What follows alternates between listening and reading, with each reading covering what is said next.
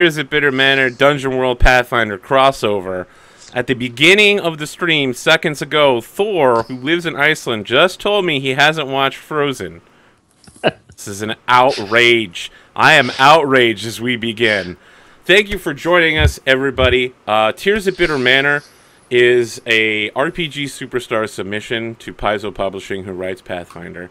The reason I've chosen this for the Dungeon World Pathfinder crossover is that Tears of Bitter Manor deals with a number of creatures that Paizo typically publishes a lot about, but doesn't actually use.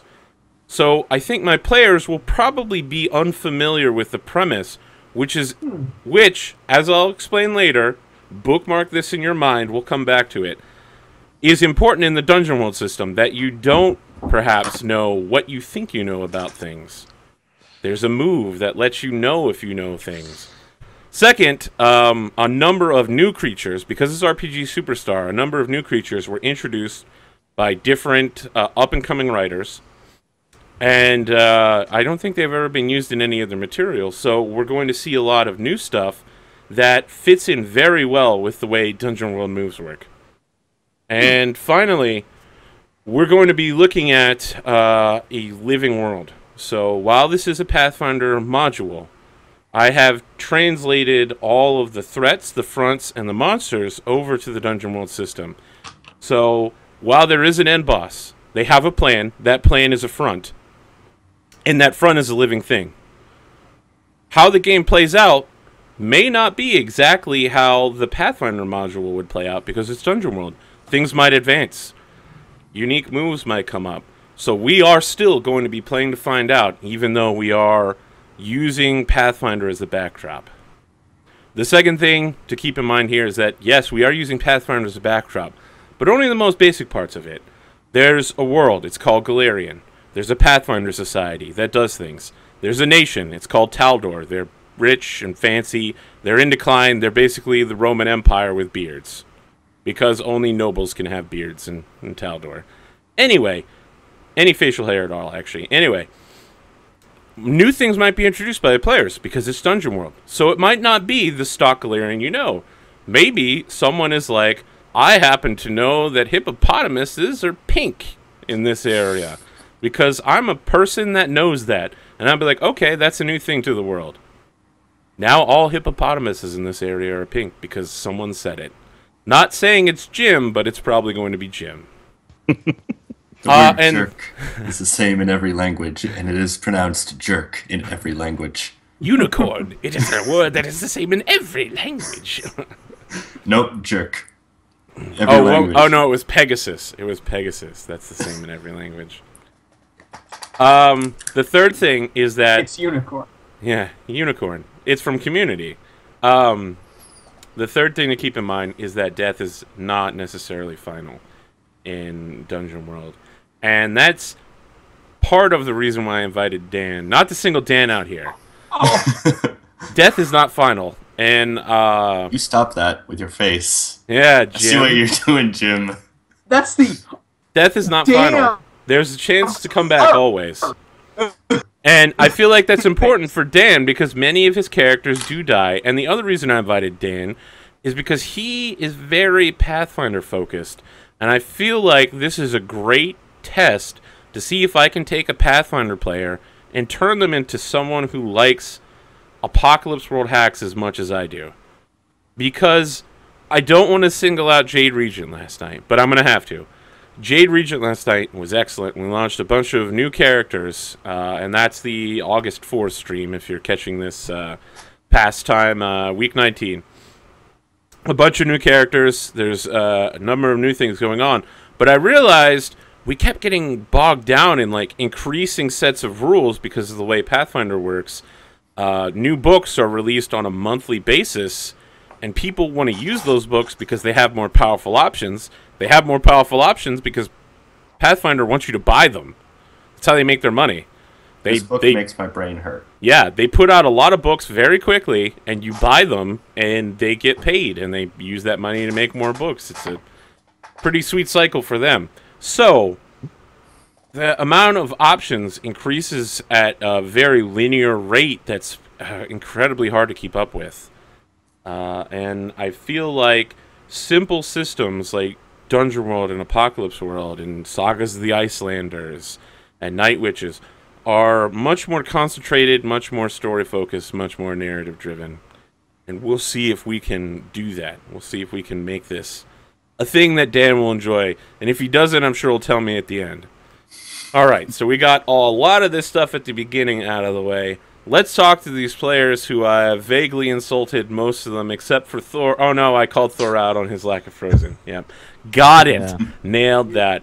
Jim, let's start with you because you haven't been on the show in forever. Hi. Sorry, I just screwed up your picture of me by changing it from my Night Witches character. That's fine. There we go. It should still be the same relative size on the stream. All right, Jim, how are you doing? I'm good. I haven't been around. I've been lurking in YouTube because I've been in Europe for the last 6 weeks, but I'm, as of Monday, back in the United States, and very much glad to be almost home to my home and my parents till tomorrow or Friday, and then I go home. Okay. I'm looking to actually getting into game again, having been for 6 weeks in Europe, where I had nothing to do, except what I was there for, which was research. That reminds me, I need to talk to you after this stream about a game called Microscope. Very well. It looks pretty good. Dan? Yes? I just saw you last night, but why don't you tell all these new viewers who the hell you are and what the hell you do? My name is Dan. I got into Pathfinder about 1.5 years ago, and I took to the system, I'm not going to say easily, but pretty well. I'm a member of a few of Arthur's other games, including the aforementioned Jade Regent, the Death Fest known as Reign of Winter, and Skulls and Shackles. All Pathfinder games. All Pathfinder games. Thor, who are you and what do you do? I am Thor. I have also been playing Pathfinder for about 2 years now. Been the adventure captain of Iceland for the past 1 year. Been playing various role-playing games for about 20 years. And for those of you who noticed that picture change at the beginning, yes, I've been playing in your game where I finally managed to land a plane without it crashing horribly for the first time. It was a beautiful moment too, wasn't it? Yeah. It was literally the fucking conclusion to a saga that began in the first half of episode 1. And in the final episode, you did it. Right at the end. It was beautiful. I was catching up on Night Witches this afternoon, and it was absolutely glorious. Yeah. Yeah. It was fun. It was good. I'm pretty sure Bully Puppet Games is not pleased. Really? I thought it was that criticism great. slam at the end. Did you get to the criticism fest, yeah. man? Oh, I commented on it in the YouTube section below. Right at the end, everyone's like, let's destroy this game. And I was like, you could say anything nice at all, guys. We said lots of nice things. Yeah, you did after that. The game was great. We just started with the criticisms. Yeah, we did start with the criticisms. That was the problem. Yeah, it may have come out wrong. Great. But... The drama, well, we don't need to get all mad. Yeah, we don't want to spoil too much of it. Yeah. All right, so you may notice a couple new things it. on the stream, by the way, is that if you're watching on Twitch, there's a new button on my profile page that will link you to DriveThruRPG. If I've done everything correctly, using this link and purchasing products will support the show by allowing us to hold giveaways, to give away products to viewers on stream. So if you like any of the fine RPGs that you see on the show, or anything you want to buy in particular, consider going to the link below at DriveThruRPG, clicking on it and purchasing it there. DriveThruRPG, DriveThru Comics, and all of their other fine products are available online in both book and PDF form. Perhaps. Like that Dungeon World book. So, let's talk about Dungeon World. As some of you who are longtime viewers of the show know, I really like pretty much anything Adam Cobell does, and Jim and I are both longtime watchers of pretty much everything he does. So, let's hear from Adam in his own words what Dungeon World Dungeon World is. Dungeon World is a world of fantastic adventure. A world of magic, gods, and demons, of good and evil, law and chaos. Brave heroes venture into the most dangerous corners of the land in search of gold and glory. Adventurers take many shapes in Dungeon World. The races of elves, men, dwarves, and halflings all have their heroes. Some are near-invincible beasts of battle encased in iron armor. Others are more mysterious, conjuring up and wielding the mighty forces of magic. Treasure and glory are sought by a holy cleric, a tricky thief, a mighty paladin, and more. It isn't all easy heroics and noble bravery, though. Every time a ranger guides his friend through the ancient woods, there are 100 things waiting to bite his head off. Slathering hordes of goblin troops, maybe? Or is this the cursed wood where dwells the Grey Witch, or the throngs of hateful dead, looking to drag a meaty corpse back to their lair? Scary, sure, but there's treasure, too. More gold and jewels and magic lost to man have fallen between the cracks in the world than you can imagine. Who better to retrieve it than a band of stalwart heroes? You and your friends are those heroes. You go where others can't, or won't. There are monstrous things lurking in the world. Are you ready to face them? So, there's more introduction to be done in that regard, but we're actually going to start with one of the most important parts, which is picking a playbook. So if you guys want to introduce what playbook you're playing, we'll talk briefly about what each of those playbooks are, and then we'll go into character creation. So who wants to go first? I have decided to play the Bard. Do you have your Dungeon World book open to page 8 there? To page 8? Yeah, can you read the Bard section? And for Dan and Thor, if you guys want to open your Dungeon Worlds as well, to read your playbook description. Well, I could read it, but the Paladin and the Ranger are on page 8. The Bard is on page 6. Okay, well, it's page 8 in the PDF, so... I just don't want our viewers to get confused. Okay. If they have a physical book. Anyway, right. The Bard. The poems say an adventurer's life is all open roads and the glory of coin and combat. The tales told in every farmhand-filled inn have to have something of a ring of truth to them, don't they? The songs to inspire peasantry and royals alike, to soothe the savage beast or drive men to a frenzy. They all have to come from somewhere. Enter the Bard. You, with your smooth tongue and quick wit. You are a teller of tales and a singer of songs. A mere minstrel can retell a thing, but it takes a true bard to live it. Strap on your boots, noble orator. Sharpen that hidden dagger and take up the call. Someone's got to be there, fighting shoulder to shoulder with the goons and thugs and soon-to-be heroes. Who better than you to write the tale of your own heroism? Nobody. Get going. Excellent. Who next will take up the call of describing your own playbook? Alright, I'll go ahead and do that, sure. Dungeon World has rules. Not the laws of men or the rule of some petty tyrant. Bigger, better rules. You drop something, it falls. You can't make something out of nothing. The dead stay dead, right? Oh, the things we tell ourselves to feel better about the long, dark nights. You've spent so very long poring over those tomes of yours, the experiments that nearly drove you mad, and all the botched summonings that endangered your very soul. For what? For power. What else is there?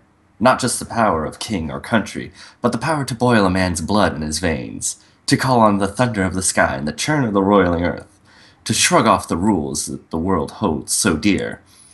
Let them cast their sidelong glances. Let them call you warlock or diabloist. Who among them can hurl fireballs from their eyes? Yeah, we didn't think so. To be clear, because Dan didn't explicitly state it, he is the wizard. Clearly. If you didn't catch that from the tomes or fireballs from his eyes. He also can do bolts of lightning from his arse, but we save that for when he's in the Northlands. Hey. Thor, who Right. are you? I am the fighter. It's a thankless job. living day to day by your armor and the skill of your arm, to dive heedlessly into danger. They won't be playing Golden Horns for the time you took that knife to the ribs for them in the bar in Buxburg. No flock of angels to sing of your time you dragged them in, still screaming from the edge of the pits of madness. No, forget them. You do this for the guts and the glory, the scream of battle, and the hot, hot blood of it. You're a beast of iron. Your friends may carry blades to forge steel, but, fighter, you are steel. While your traveling companions might moan about their wounds over a campfire in the wilderness, you bear your scars with pride. You are the wall. Let every danger smash itself to nothing on you. In the end, you'll be the last one standing. I think this is going to be a good class for you. All That's right. fantastic from green.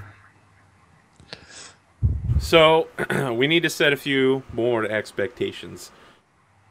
Are your characters friends? No, not necessarily. But they do work together as a team for common goals. Their reason for pursuing these goals may be different, but they manage to work together. Are there other wizards? Not really. There are other workers of arcane magic, and the common folk may call them wizards, but they're not like you. They don't have the same abilities, though they may be similar. Later on, there may be another player character with the same class, but no GM character will ever really be a wizard, or any other class. What's coin? Coin is the currency of the realm. It's pretty much good everywhere. It is your mundane stuff, like steel swords and wooden staves. The special stuff, like magic weapons, those aren't for sale. Not for coin, anyway. Is the GM trying to kill you? No. The GM's job is to portray the world and the things in it, and the world is a very dangerous place. You might die. That doesn't mean that the GM is out to get you. Yes, it does. So, a few more final warnings before we go into the beginning of character creation and world building here. This is going to be an incredibly dark adventure. It's going to deal with a lot of deep emotional stuff. There's going to be depictions of abuse and violence. It could be any number of other darker things that come up. It definitely will not be appropriate for children without parental guidance. So, be aware of that. There will also probably be a lot of swearing, but that's just me. Let's talk about how hard you guys want to make this. Is this going to be a high epic adventure where no one ever dies unless it's, Unless it's Boromir getting shot 3 times, saving his friends as a last-minute act of redemption? Or is this going to be Mordor where, everyone dies and shit's really bad? Could we go somewhere in the middle and get Yeah, sure. a Helm's Deep? Mines of Moria, maybe? That sounds more fun. Everybody dying and nobody dying is both boring. Well, I want to get a scale here. Do you want hard mode, easy mode? You want rainbows and butterflies, or death caterpillars and rain of blood? Nah, I kind of want death to matter. So on a scale of 1 to 10, 1 being the first thing. 10 being Death the last. matters. Death certainly matters. 4.2. 4.2. Okay. All right. Just in case, we should define what 1 and 10 are. 1 and 10 are 1 is Easy Happy Land and 1 Mordor. is nobody dies except for Boromir taking 3 arrows in a last minute act of redemption. 10 is Mordor. Okay, so we're above probably, I don't know, any D&D type anime, but we're below Mos Eisley. Got it. So That's good. yeah, we're gonna set up playbooks now. If you guys want to follow along, the rules for playing Dungeon World are available free online at Dungeon World SRD. which you can find at www.dungeonworldsrd.com. So if you have not bought the PDF, you can grab all the information you need to there. You can also go online and just type in Dungeon World Playbooks in Google and find the official Dungeon World Playbooks list completely free from Sage Latora and Adam Cobell. So you can have the character sheets. You'll need the actual book in order to finish playing the game, but you can get started and follow along with us with just those objects. So we're going to set up all these characters in roughly the same amount of time. So let's go ahead and talk about characters. At the beginning of all the characters, I believe the first option is your name. Who's got names? I got a name. You do have a name. Yeah. Enkiresh. Inkaresh. Interesting.